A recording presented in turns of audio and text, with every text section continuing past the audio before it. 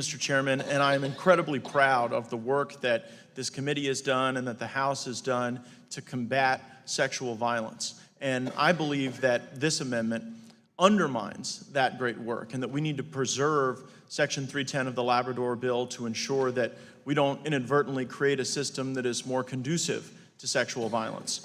I absolutely agree with the comments that Ms. Lofgren made, that Cuba is a particular offender of this system whereby they do not take back some of their violent sexual predators when we ask.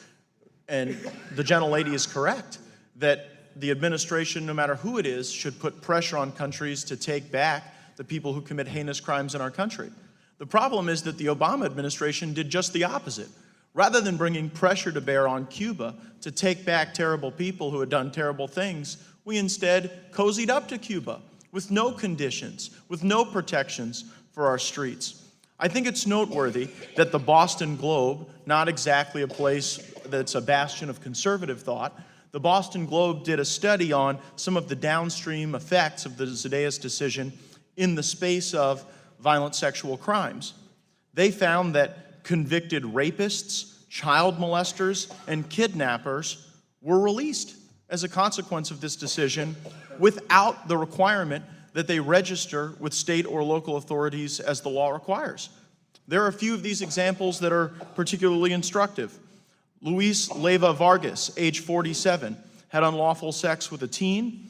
He was released in 2008 as a consequence of the Obama administration's interpretation of the Zedaitis decision.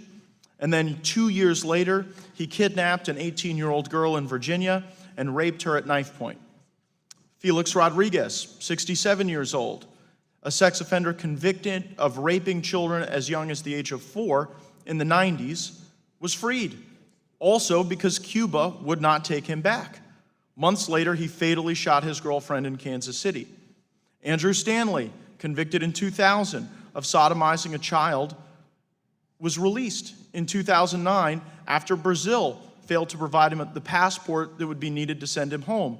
For the next 2 years, he viciously abused 3 children in St. Louis, and now at the age of 31 will be in prison for the rest of his life. So time and again, we see circumstances where the Obama administration's interpretation of these decisions has resulted in the inability to have the tools at our disposal to stop sexual violence and to hold people accountable for that violence. So I'm going to support the Labrador bill. I'm going to oppose Mr. Nadler's amendment because I don't want to be in an environment where our law enforcement, where our ICE agents, where folks who are administering our laws at every level of government are not able to hold people long enough so that the Trump administration can now exert appropriate pressure on home countries to take back the very people that do the harm that we are fighting so hard in a bipartisan manner to stop in this committee. I yield back.